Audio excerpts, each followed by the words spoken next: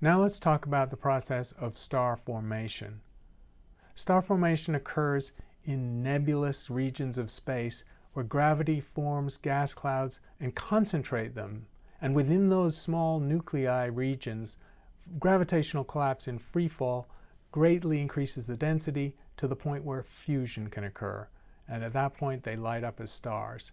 It happens in complex topologies like this web-like formation, a veil of gas and dust, where some regions reaching high enough densities to turn on starlight. Stars are born in what are called molecular clouds, generally very cold regions, only 10 to 30 degrees above absolute zero, consisting mostly of hydrogen molecules with some heavier elements and dust. Let's zoom into 30 Doradus, one of the regions where star formation is happening right now.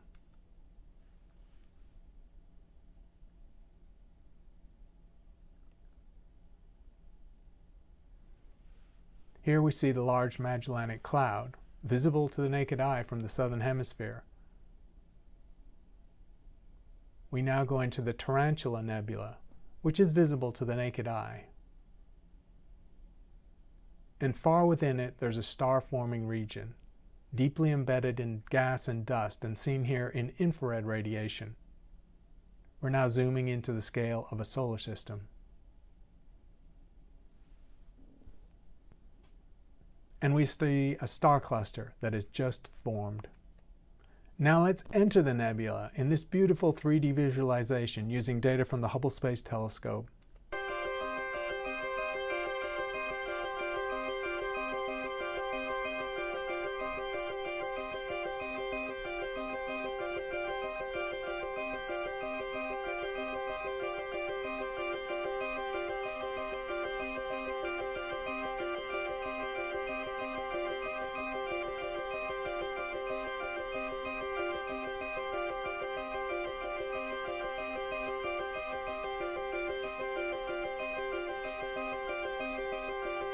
We can see that stars don't form in isolation. In a large volume of space, hundreds or maybe thousands of stars could be forming at the same time. If you look in the night sky at the Orion Nebula, you're looking at such a region, easily visible to the naked eye. What we want to explain in this module and in this topic is the origin of atoms in stars. And we start with a basic feature of science, which is the abundance of the different elements in the periodic table, seen here on a logarithmic scale. So notice the scale goes from 1 for hydrogen to 10 to the minus 12, or 1 part in a trillion for the heaviest elements.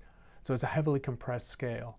And you can see the most abundant elements are hydrogen and helium, and then there's another group of elements, carbon, nitrogen, oxygen, neon, and so on.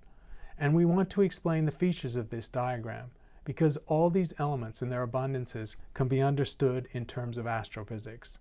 So the main features are the dominance of hydrogen and helium, a trough, and then a second peak at carbon, nitrogen, and oxygen, which we recognize as the biogenic elements necessary for biology, a third peak at iron, and an overall sawtooth pattern overlying the whole distribution, where the abundance of even-numbered atomic numbers is higher than odd-numbered atomic numbers.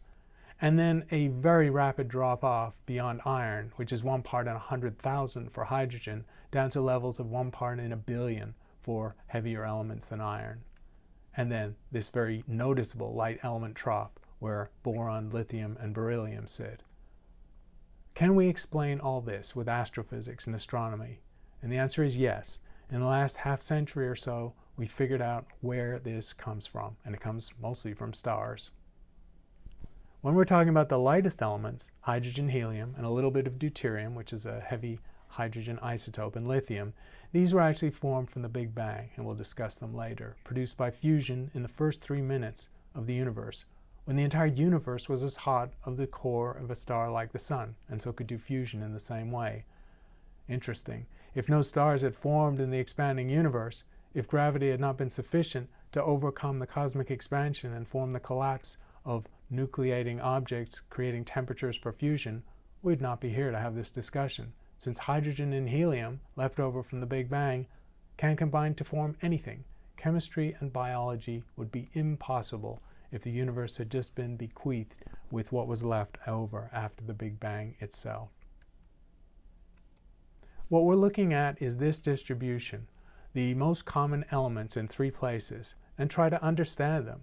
And we're trying to connect our role in the universe, us, biology, human beings, and other living entities.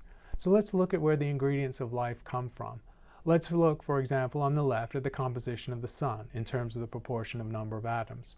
And you can see how overwhelmingly dominant hydrogen and helium are. They're way over 99.9% of all the sun's atoms. The next most abundant are oxygen, carbon, then neon, and nitrogen and magnesium, but all very small trace amounts. Look instead at us in the middle column. We have 61% hydrogen and 28% oxygen. That 2-to-1 ratio reflects the fact that humans are about 2/3 water. And then we have 10 or 11% carbon, which is the basis or biological molecules. That's a very different combination and a ratio of oxygen and carbon to the sun's material. The Earth's crust on which we stand has a large amount of oxygen and silicon and aluminum and iron, metals that aren't really existing in our body.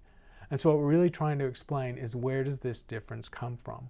Where were the elements that are so essential to humans, water for example, carbon for our chemistry, where did they come from? And why is it so different from what the star, our sun, is made of? If we highlight the biogenic elements, carbon, nitrogen, and oxygen, we can see dramatically the difference. There in red is the abundance of those 3 elements in the sun and in humans. And you can see that they're elevated by almost 2 orders of magnitude compared to cosmic material in the sun and all stars. And so this is the important thing to understand in terms of where the atoms and the elements come from. That's the end of this topic.